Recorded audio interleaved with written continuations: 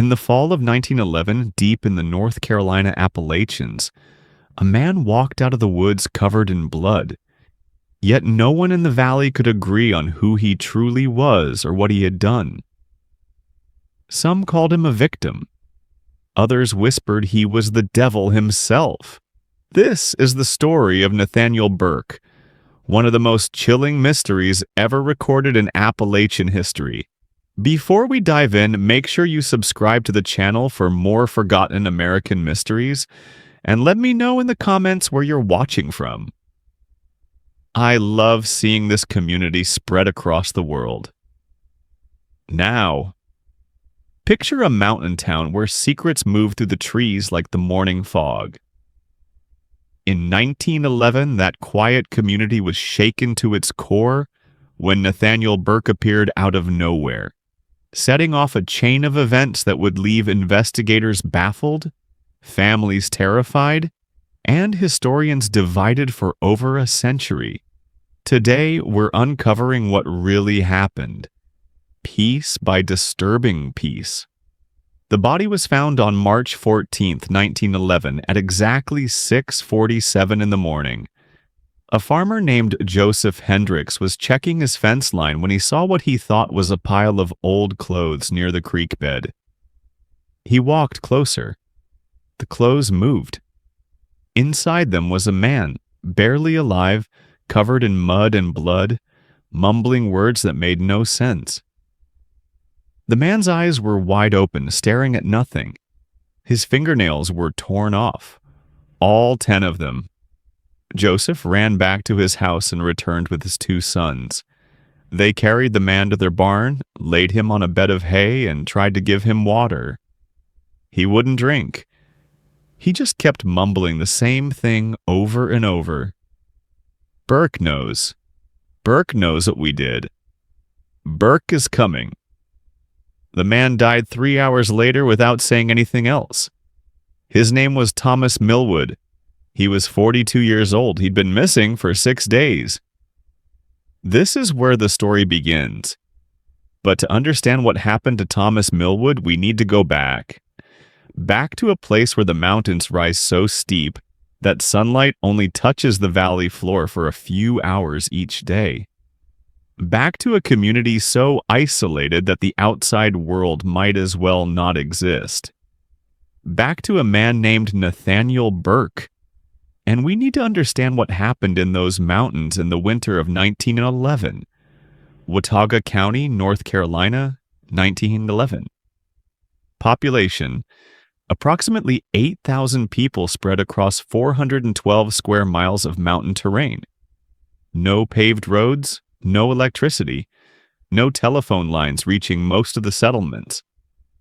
The nearest hospital was 37 miles away in Boone, accessible only by horse or on foot. The communities here weren't towns in any traditional sense. They were clusters of families, usually related by blood or marriage, living in valleys separated by ridges that could take half a day to cross. Each hollow had its own way of doing things, its own rules, its own justice. The Burke family lived in what locals called the Dead Pine Hollow, named for a lightning strike in 1867 that killed every pine tree on the south face of the ridge. 17 families lived in Dead Pine Hollow in 1911. The Burkes had been there the longest, since 1791, according to a family Bible that would later be examined by investigators. Nathaniel Burke was born on November 3, 1876. He was the 7th of 9 children born to Abraham and Mary Burke. 4 of his siblings died before reaching age 5, common in that time and place. Nathaniel survived. More than survived. By all accounts, he was a strong child, quiet, watchful. His father Abraham was known as a hard man, a deacon in the local Baptist church, a man who believed in strict discipline and biblical punishment. He ran his household the way he ran his farm, with absolute control and swift consequences for any disobedience. There are only 3 photographs of Abraham Burke in existence. In each one, he stares directly at the camera, unsmiling, his hand resting on a Bible. His eyes are dark, sunken, the kind of eyes that seem to look through you rather than at you. Nathaniel Burke's childhood was documented, at least partially, through the diary of a traveling teacher named Elizabeth Cordell, who spent 3 months in Dead Pine Hollow in 1885, teaching children to read and write.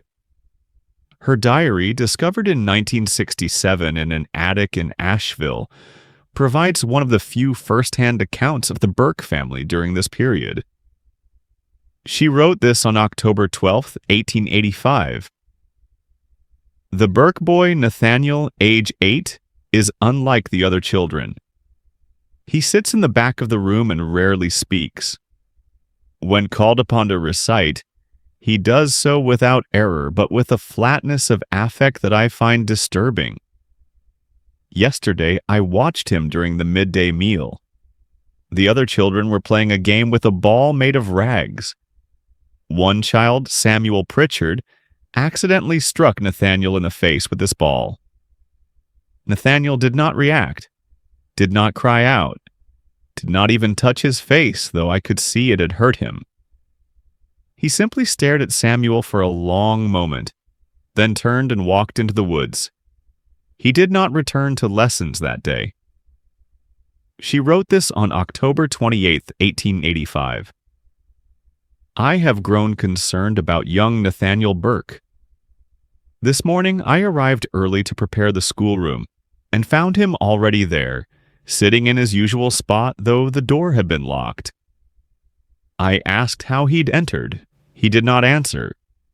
I asked again. He said, "Through the window." I examined the window. It was latched from the inside.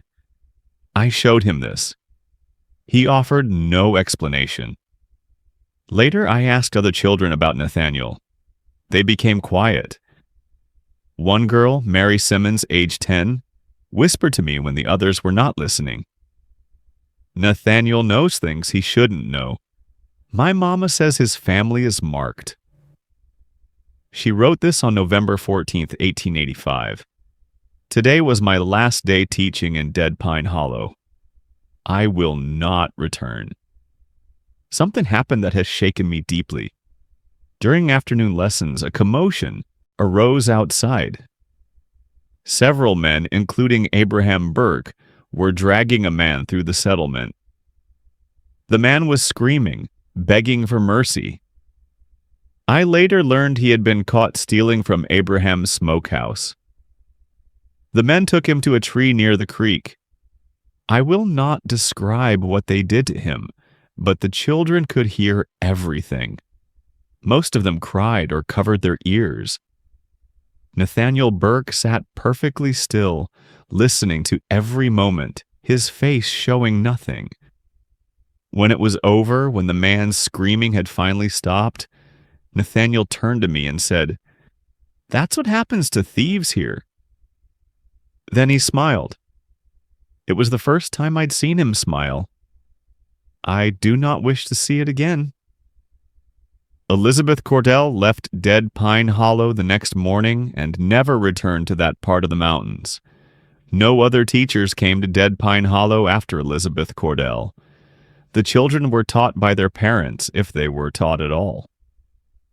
Most learned only what they needed to survive: farming, hunting, preserving food, building, repairing. Nathaniel Burke, according to later testimony from people who knew him, became an exceptional hunter. By age 12, he could track a deer for miles across difficult terrain. By 14, he could shoot a squirrel from 50 yards with a rifle that most men struggled to aim accurately. By 16, he was regularly hunting alone for days at a time, returning with enough meat to feed his entire family for weeks. His father Abraham died in 1894 when Nathaniel was 17. The death was sudden. Abraham was plowing a field when he collapsed. He was dead before anyone reached him. The local doctor, who traveled to Dead Pine Hollow 2 days later, attributed the death to heart failure. Abraham Burke was 53 years old. Nathaniel became the head of the household. His mother Mary was still alive, as were two of his siblings, a younger sister named Ruth, age 14, and a younger brother named Benjamin, age 11. The other surviving siblings had married and moved to other hollows. This is when the first strange reports about Nathaniel Burke begin to appear in the historical record. In March of 1895, a man named William Hodges filed a complaint with the county sheriff. Hodges lived in the next hollow over from Dead Pine Hollow, about 3 miles away as the crow flies, though the journey on foot took nearly 2 hours over steep, rocky terrain. Hodges claimed that Nathaniel Burke had threatened him. The two men had encountered each other near the property line between their families' lands. Hodges was checking his traps. Burke was hunting. According to Hodges' statement, Burke approached him and said, "You've been crossing onto my land." Hodges denied this. Burke stared at him for a long moment, then said, "I know what you do at night, William. I know about the marks you leave." Hodges asked Burke what he meant. Burke didn't answer. He just turned and walked away. Hodges claimed that this encounter frightened him so badly that he asked the sheriff to intervene. The sheriff's response, documented in county records, was brief. Burke family handles their own affairs. Unless there's been a crime committed, there's nothing to be done. No crime had been committed. Not yet. 3 weeks later, William Hodges was found dead in his cabin. The door was open. His body was lying on the floor near the fireplace. The county sheriff investigated. The official cause of death was listed as natural causes, possibly heart failure. But several people who saw the body before it was buried reported strange details. Hodges's eyes were open, and witnesses said his face looked frozen in an expression of terror. His hands were clenched so tightly that his fingernails had cut into his palms. And there were marks on his body, scratches like he'd been clawed by something. The doctor who examined the body said the scratches could have been self-inflicted. Perhaps Hodges had suffered some kind of seizure or fit before dying.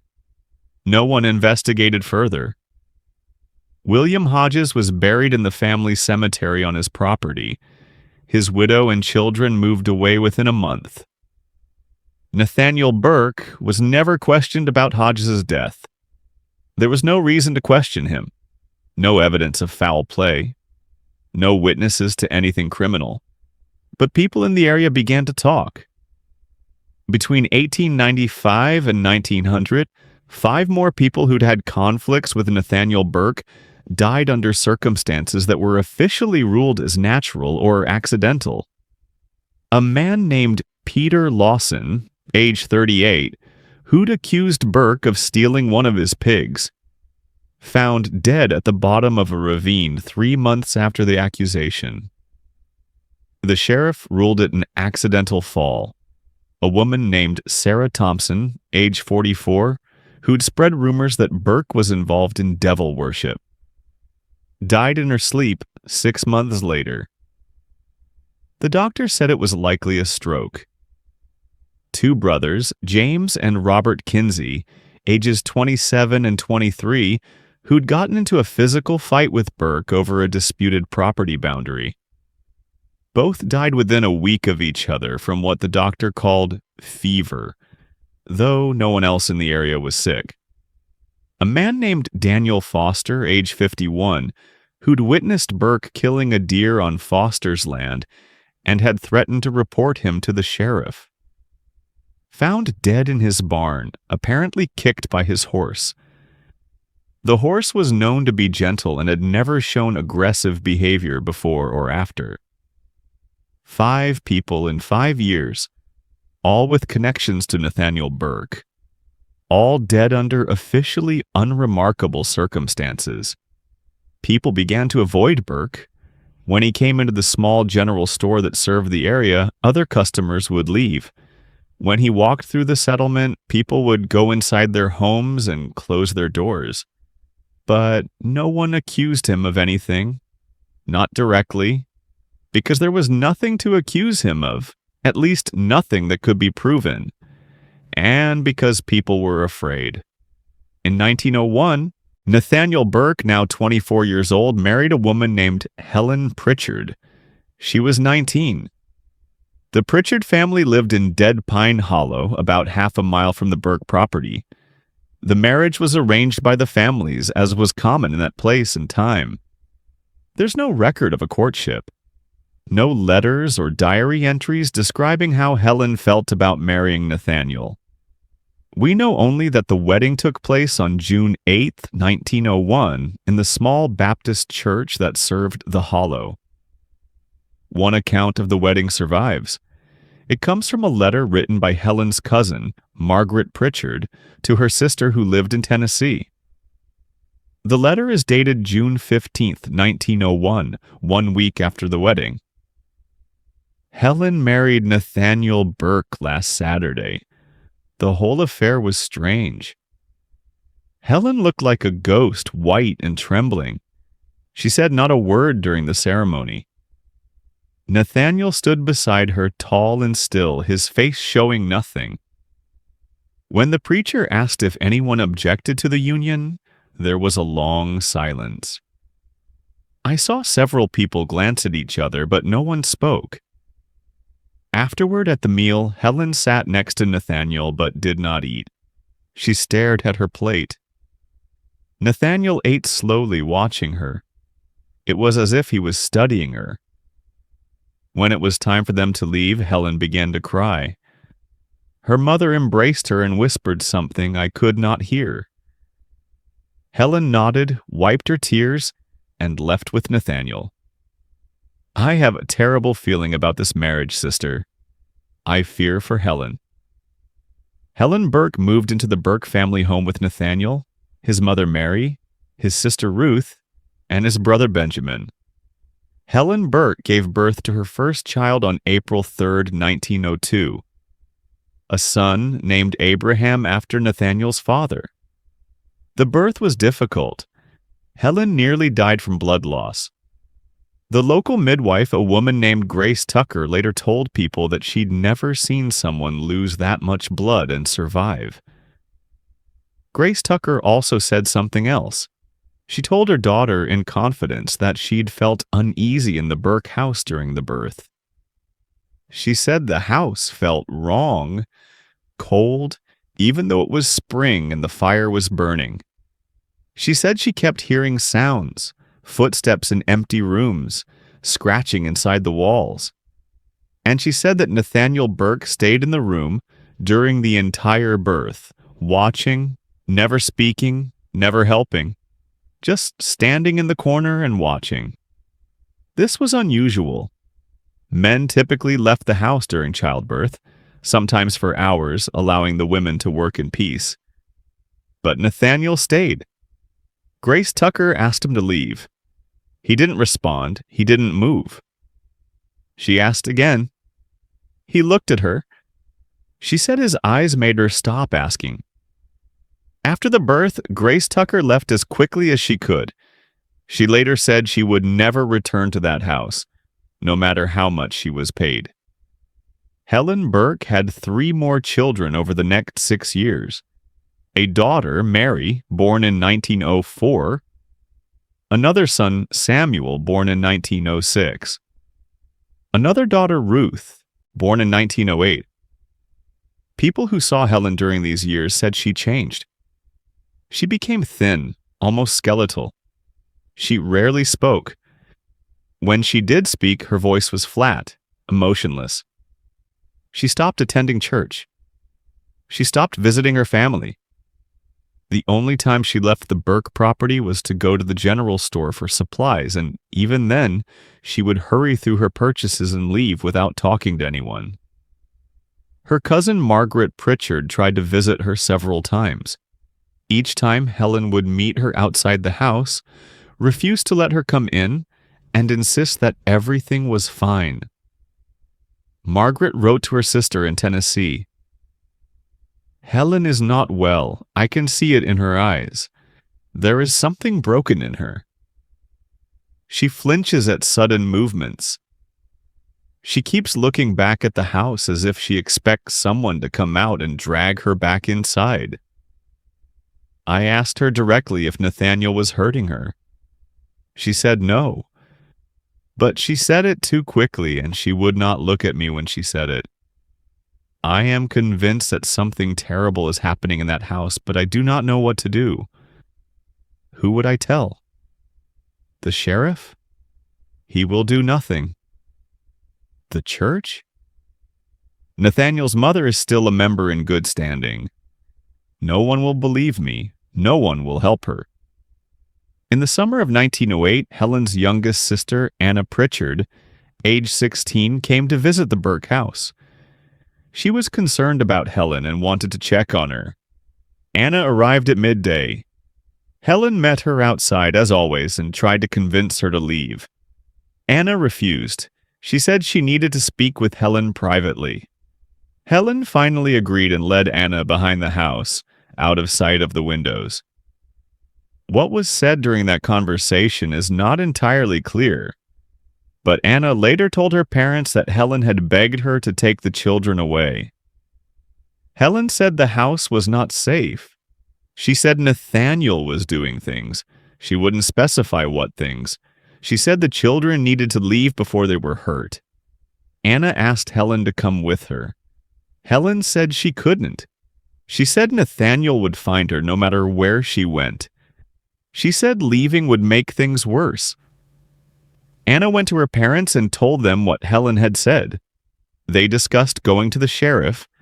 They discussed confronting Nathaniel directly. In the end, they did nothing. They were afraid. Afraid of Nathaniel Burke. Afraid of what he might do if they interfered. 2 months later, Anna Pritchard disappeared. Anna Pritchard was last seen on October 7, 1908, leaving her family's home in the late afternoon. She told her mother she was going for a walk. She often walked in the woods near the house, sometimes for an hour or more. It was not unusual.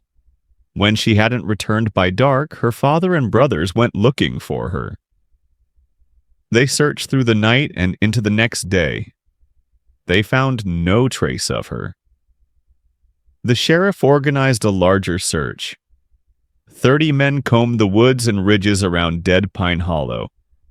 They searched for 3 days. They found nothing. No clothing, no footprints, no signs of a struggle. Anna Pritchard had vanished. The sheriff questioned everyone in the area.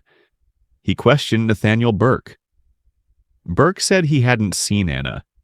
He said he'd been working on his property all day and had seen no one. The sheriff had no evidence to suggest otherwise. He noted in his report that Burke seemed calm and cooperative, showing no signs of guilt or nervousness. Anna's family was convinced that Nathaniel had something to do with her disappearance. But they had no proof, no witnesses, nothing. The search continued sporadically for 2 more weeks, then was officially called off. Anna Pritchard was declared missing. Her case was never solved. After Anna's disappearance, Helen Burke's behavior became even more withdrawn. She stopped going to the general store. Nathaniel went instead. When people saw Helen, which was rare, she looked like she'd aged 20 years. Her hair, once dark brown, had gone gray. Her face was gaunt, her eyes hollow. Her family tried to intervene. Her father, Michael Pritchard, went to the Burke house and demanded to speak with Helen. Nathaniel met him at the door. The conversation, as later recounted by Michael to the sheriff, went like this. Michael, I want to see my daughter. Nathaniel, she's not feeling well. Michael, I don't care. Let me see her. Nathaniel, she doesn't want to see you. Michael, that's not for you to decide. Helen, come out here. There was no response from inside the house. Michael, if you don't let me see her right now, I'm going to the sheriff. Nathaniel, the sheriff can't help you, Michael. No one can help you. Michael, what the hell does that mean? Nathaniel, it means you should go home while you still can. Michael Pritchard left. He did go to the sheriff. The sheriff went to the Burke house the next day. Helen came to the door. The sheriff asked if she was all right. She said yes. He asked if she wanted to leave. She said no. He asked if Nathaniel was harming her. She said no. The sheriff left. There was nothing more he could do. The winter of 1908-1909 was particularly harsh in the North Carolina mountains. Snow fell early and often. Temperatures dropped well below freezing for weeks at a time. Travel between hollows became nearly impossible. Families in the area hunkered down, living off stored food and firewood, waiting for spring. It was during this winter that people began to hear things. Sounds coming from the Burke property. Sounds that didn't make sense. Several families lived close enough to the Burkes to hear across the distance. Maybe a quarter mile, maybe less. In the still, cold air of winter nights, sound carried far. They heard screaming. Not the screaming of someone injured or frightened. Something else. Something that sounded almost like animals, but not quite. High-pitched and rhythmic, rising and falling in patterns that made people cover their ears. They heard pounding, heavy, repetitive impacts, like someone beating on wood or stone, going on for hours without stopping. They heard singing, or something like singing, a voice, maybe multiple voices, chanting words that no one could make out. These sounds would start after dark and continue until dawn. Sometimes they would go on for several nights in a row. Then there would be silence for a week or more. Then the sounds would start again. People talked about it in whispers. No one wanted to investigate. No one wanted to go near the Burke property after dark. One man, George Atkins, who lived relatively close to the Burkes, later told the sheriff, "I heard those sounds all winter. At first I thought maybe they were slaughtering pigs or doing some kind of night work. But it went on too long, and the sounds were wrong. They weren't natural. My wife begged me to go see what was happening. I told her no. I told her we would stay inside, keep the doors locked, and mind our own business. Because whatever was happening over there, I didn't want to know about it." Spring came late in 1909. The snow didn't fully melt until mid-April. When people were finally able to travel freely again, they noticed something strange about the Burke property. The land looked different. Several people who passed by on the main trail that ran near the Burke house commented on it. The ground around the house was disturbed. Large patches of earth had been dug up and refilled. There were what looked like trenches near the tree line, partially covered with logs and branches. And there was a smell. A sweet, rotten smell that hung in the air, especially on warm days. People familiar with death recognized it immediately. It was the smell of decay. But there were no dead animals visible, no obvious source for the odor. One man, Thomas Millwood, walked up to the Burke house in late April to ask Nathaniel about purchasing some seeds. This was the same Thomas Millwood who would later be found dying in Joseph Hendricks's field, but at this point in April 1909, he was just a neighbor trying to prepare for planting season. Thomas knocked on the door. Nathaniel answered. Thomas asked about the seeds. Nathaniel said he had none to spare. Thomas nodded, started to leave, then paused and asked, "What's that smell, Nathaniel?" "Smells like something died." Nathaniel stared at him for a long moment, then said, "Pig." We had a pig die. Buried it out back. Thomas nodded again and left. But Thomas mentioned this conversation to several people over the following weeks, and each time he mentioned it, he added something else. He said that when Nathaniel answered about the pig, he was smiling. Not a friendly smile. Something else. Thomas said it made his skin crawl. Thomas also said he'd glanced past Nathaniel into the house while they were talking. He said he saw Helen standing in the dim interior, motionless, staring at him. He said she looked like a corpse. He said her eyes were open but seemed to see nothing. In May of 1909, Helen Burke's father, Michael Pritchard, organized a meeting with several other men in the community. He wanted to confront Nathaniel Burke directly and, if necessary, force him to allow Helen to leave. 12 men attended the meeting. They met at the church in Dead Pine Hollow. The plan was straightforward. They would go to the Burke house as a group, demand to speak with Helen privately, and give her the option to leave with them. If Nathaniel tried to stop them, they would physically remove him. It was a dangerous plan. Nathaniel was known to be strong and skilled with weapons. Several of the men brought rifles just in case. They walked to the Burke property on May 12, 1909, arriving at mid-morning. Nathaniel was outside working on a fence. He saw them approaching and stopped working. He stood perfectly still, watching them come. Michael Pritchard spoke first. He said they were there to see Helen. He said they meant no trouble, but they were taking Helen with them, whether Nathaniel liked it or not. Nathaniel didn't respond immediately. He looked at each man in the group one by one, taking his time. Then he said, "Helen doesn't want to leave." Michael said, "Let her tell us that herself." Nathaniel, "She's not here." Michael, "Where is she?" Nathaniel, "Gone." Michael, "Gone where?" Nathaniel, "Away." The men exchanged glances. One of them, a man named Robert Hayes, stepped forward and said, "We're going to search the house, Nathaniel.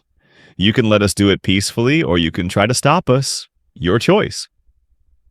Nathaniel looked at Robert for a long moment, then stepped aside and gestured toward the house. "Go ahead." The men, surprised by his cooperation, approached the house cautiously. 4 of them went inside while the others stayed outside, keeping an eye on Nathaniel. The men searched the entire house. They searched every room, every corner, every closet and crawl space. They found no sign of Helen. They found Nathaniel's mother, Mary, sitting in a rocking chair by the fireplace, staring into the flames. They found his sister Ruth in the kitchen.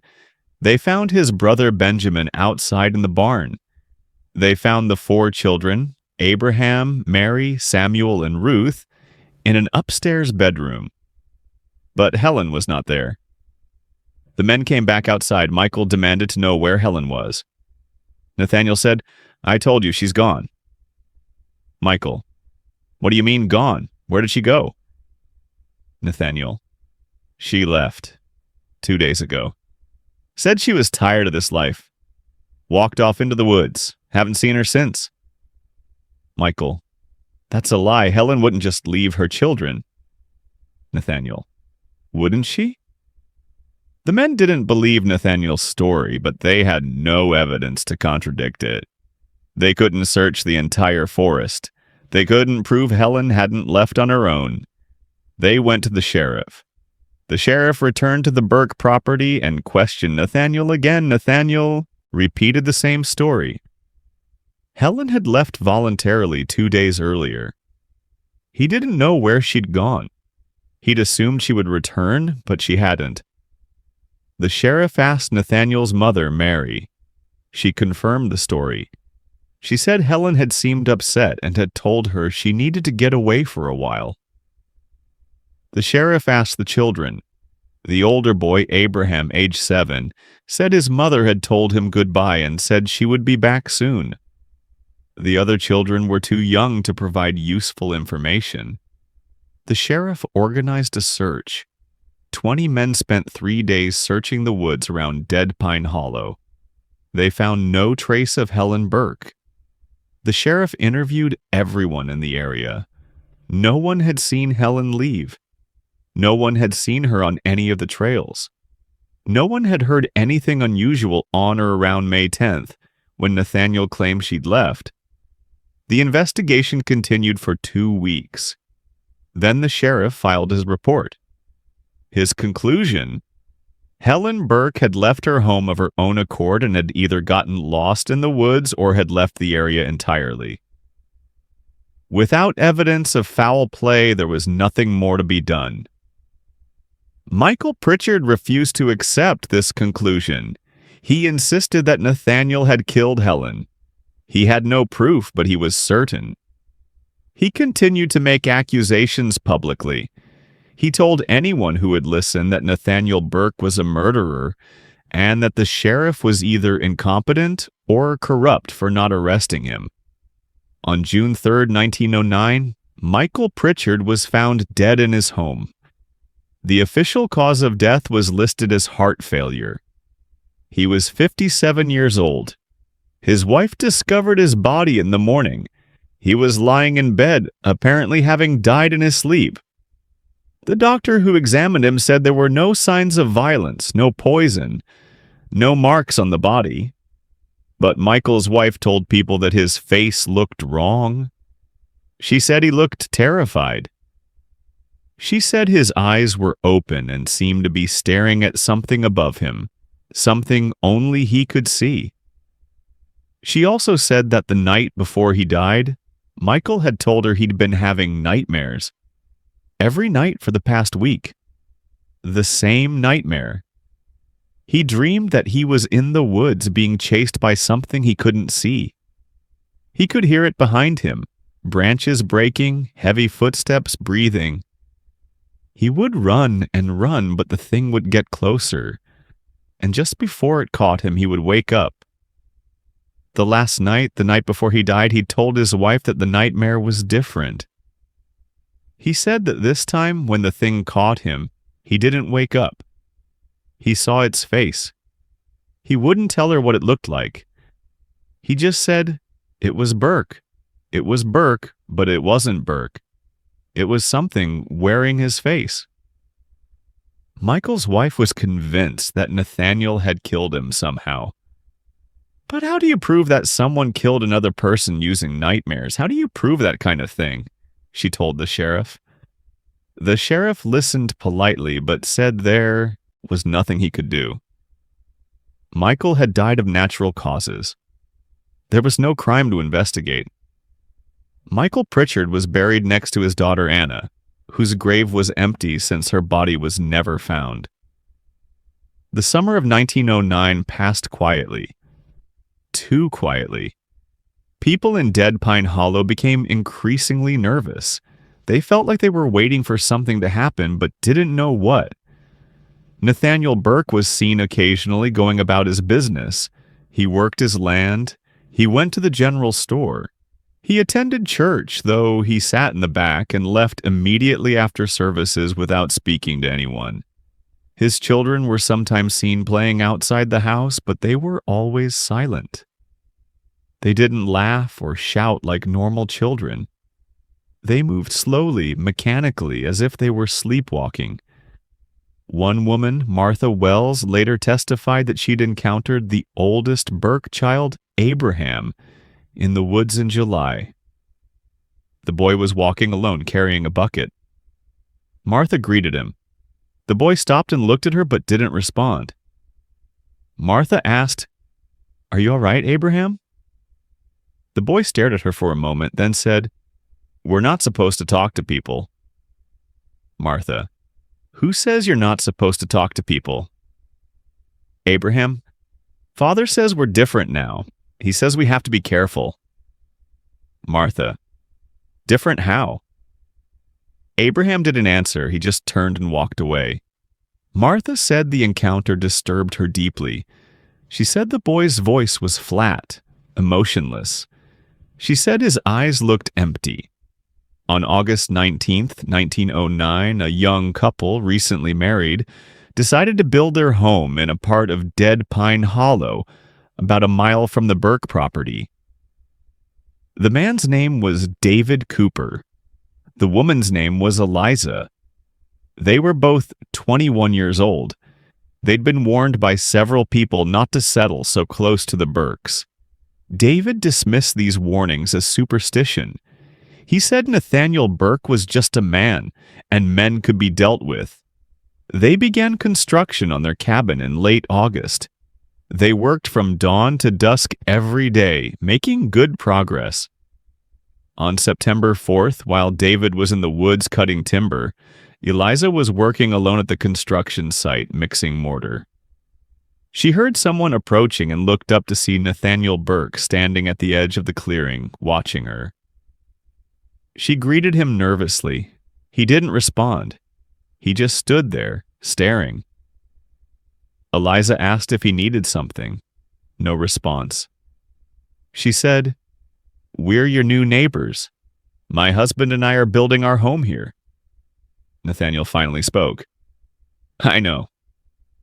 Eliza, "We hope we can be good neighbors to you and your family." Nathaniel, "You won't be here long." Eliza, "What do you mean?" Nathaniel, "This place takes what it wants. It takes when it's hungry. It's always hungry." Then he turned and walked back into the woods. Eliza told David about the encounter when he returned. David was angry. He wanted to confront Nathaniel immediately. Eliza convinced him to wait, to not escalate things. They continued working on their cabin. They slept in a tent on the property. On the night of September 7th, Eliza woke up around midnight. She heard something outside the tent. Footsteps. Someone walking in circles around them. She shook David awake. They both lay perfectly still, listening. The footsteps continued for several minutes, then stopped. David grabbed his rifle and pushed open the tent flap. He called out, "Who's there?" No response.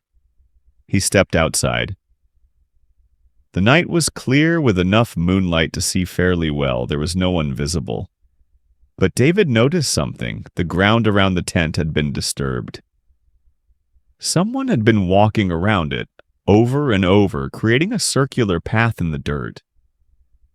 David and Eliza didn't sleep for the rest of the night. The next night, September 8th, the footsteps came again. This time they were accompanied by whispering. Words that neither David nor Eliza could make out, but spoken in a constant stream, circling the tent. David rushed outside with his rifle. Again, no one was there, but the whispering continued for a moment after he emerged, seeming to come from all directions at once, then faded away. On the third night, September 9th, David and Eliza decided to stay awake and keep watch. They sat inside the tent with the flap open, rifle loaded, waiting. Around midnight, they heard the footsteps again, but this time they could see something.